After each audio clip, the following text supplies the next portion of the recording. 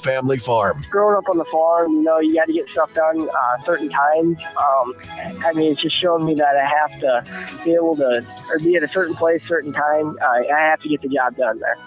At Beck's, we are and will remain farmers at heart. Assistant Majority Leader of the Iowa House of Representatives, Mike Sexton, and some really unimportant guys that are stupid. On AM 1400 KVFD. That's right, ladies and gentlemen. I don't know if we can handle this or even if I can handle this, but the Scrapster has returned to the air here at KVFD. Hi, Mike. How's things?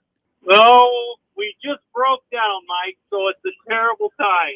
You just broke down. What are you talking about? Oh, you broke down in the field. Yeah, we started combining beans 2 days ago, and we lost a rotor belt last night. We got it fixed, and now we had a PTO shaft on the bean platform. Just kind of fell apart on us, so we're off to a tough start. Well, the belt isn't so bad, but the PTO shaft is. That takes a while to crawl under there and get that straightened out. We got it off. We just I told everybody I got to go talk on the radio. So. Well, that's a good idea. Anytime you get a chance. Before we get into the nuts and bolts here, I'm glad to have you on the phone. I wish more farmers would call in and give a field report. I've talked for quite a while about being down the Cedar Rapids area, and boy, the crops. Well, they don't have a crop down there anymore. I mean, the corn and soybeans are flat. And they're not getting a crop at all. So that's the way that is. But we've had plenty of drought up here. We've had high winds a couple of times. How's your fields looking? Mine don't look too bad. Of course, the drought was tough on everything, but I'm surprised. Up at the lake, we finished that farm. I don't know the totals. I haven't called the elevator, but I think we're going to average around 50 bushels to the acre, Mike. We're up on the hills where it's dry. The beans made about 35, and then down in the low ground, they made about 70 or 75. So, that's good. But on the average, we'll probably be around 50. Now, we're southwest of Rockwell City right now. These beans aren't near as good as the ones that were up at the lake. So we must got a little less rain down here. How much do you farm? We farm about just under 1,000 acres. Okay, sounds like you're spread out a little bit. Yeah, most of our ground is southwest of Rockwell City, around the big town of Sherwood, Iowa. And then we have that farm up where Becky and I live up at the lake. But no, we just are kind of getting started. It's not going too bad. But the reason I wanted to talk to you, Mike, was the main reason was on Sunday. And I'm not sure if we've been putting it on Facebook. We advertise in the local paper. We're having a Trump rally at the state park, Twin Lake State Park on the east side of North Twin on Sunday afternoon. We're having a boat parade, and the governor's going to be here. Senator Ernst is going to be here. And I'm not sure about Senator Veenstra, who's running for Congress. I guess he doesn't campaign on Sundays, but we expect a huge crowd. We're going to have the Republican women, Calhoun County Republican women are fixing Maid-Rites and chips, and then the Calhoun County pork producers wanted to be involved, so they're going to show up. They're going to have brats and pork burgers, so it's going to be a big event. It should be. We're going to have if people go to my Facebook page. Or Mike Sexton or my Representative Sexton page or the Calhoun County Republican page, you can see we've got the event poster is on that Facebook page. We're going to have a walk and a bike, a ride, and a walk that starts at 2, and you can go around the lake or go part of the way around the lake, or the boat parade, which will be at 3 o'clock. So what time does the event start? The walk and the bike start at 2. Yeah. And then the boat parade starts at 3. Everything ends up being done at 4 o'clock at the state park, and that's where we'll eat. And then about 4:30, we'll have short speeches from the governor, Senator Ernst, and Eric Branstad. Okay. Well, I'm glad you said that. I didn't know anything about it. You guys over there in Calhoun County got to keep me informed. I know, that's what I'm doing. So we can, I can probably put you on a boat if you show up. I can probably get you stuck on a boat, and you can be on the boat in the boat parade. No, that'll be all right as long as I'm not there by myself. I know you guys' sense of humor. Yeah, we'll put you on a boat. We'll just cut you loose in the middle of a lake. That's what you'll do. Well, we might put you in a boat that has a small hole in it. Yeah, sure, great. But anyway, it should be, like-minded conservatives. It should be a fun event, and a lot of folks I've talked to are just going to show up at the state park. You bring your lawn chairs, and we'll just all gather and visit and have something to eat and support the Republican Party of Iowa and our great president. Now, you have an opponent this year, don't you? Yes, I do. Okay. Are you, of course, you're in the field now, and you're going to be in the field until well past the election. What are you doing to get reelected? I mean, are you standing on your record, or? Yeah, well, of course I'm going to stand on my record, but we've got signs up, Mike. We've campaigned. I really haven't seen much of my opponent. In fact, most people don't know that I even have an opponent. I don't know who the person is. I don't. Yeah, and it's so anyway. I guess that's what it's about. People decide to run for different reasons, but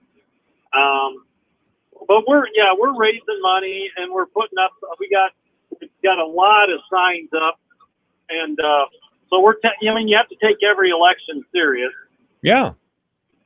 So, and that's what we're doing. Well, sometimes a political party, and you know this, they'll get a strong incumbent, but they just can't give it. They just can't give that election away. They got to run somebody. They got to run somebody just to let the other side know that they're still around in the race, and maybe to drain a little money away from other campaigns that are close. Parties will do that. That's part of the thing. What would you say in your last 2 years in office was your most important accomplishment? Well, I think. Did you get daylight savings time changed yet? By the way. No, I can't get that done. That's like pulling teeth, trying to get people to sign on to that bill, Mike. I can't get that done. Really? But I'll tell you, probably one of the biggest things, which I'm very proud of, is our budgeting principles that the Republican Party has, House and the Senate and the governor. We're one of the top states in the whole union coming through this whole COVID crisis. We held our money together. All these other states are in financial trouble. The state of Iowa is not, and I'm very proud that we've been able to do that. Yeah, Kim Reynolds has taken a lot of heat from the usual people, but I have no problem with how she's handled the Coboid thing, and I wonder how long she's going to let the Des Moines School District give her the bird. If I'd like to come over on Sunday, and if I'm allowed to talk to her for a couple of minutes, that's the first question I'm going to ask her. Is who in these, the Des Moines School District, if nothing else, is screwing up our football schedule in the Central Iowa League, Central Metro League. But that's not the point. They are defying an order from the governor of the state. That's a very bad precedent. Well, they're defying an order from the court system now, Mike. Yeah. The courts have told them they have to go back to school. So, they're sticking the finger up to everybody, and that usually, that doesn't turn out very good for the person that's holding their finger up. It's been my life experience. Well, they seem to be pretty confident in themselves down there in Des Moines. Of course, Polk County is a Democratic Party county, but Kim Reynolds has got to do something about that. I mean, she's got to be strong in standing up to these people, because they're just bullies. That's you get right down to it, Mike. And a lot of these people you see on the other side are just plain bullies. That's all they are. Well, Mike, the problem is the other side is trying to make a political point out of this, and who's suffering? The kids. That's right. The kids are suffering. Their education is suffering. So it's a terrible thing for that school, for the Des Moines schools, to try to prove a political point and jeopardize those children, Mike. It's just not right. It's a terrible thing that they're doing. What political point are they trying to make? That they can keep the kids at home? I think so. Well, they're trying to. Their political point is this COVID virus is so serious, and that we shouldn't be back in school.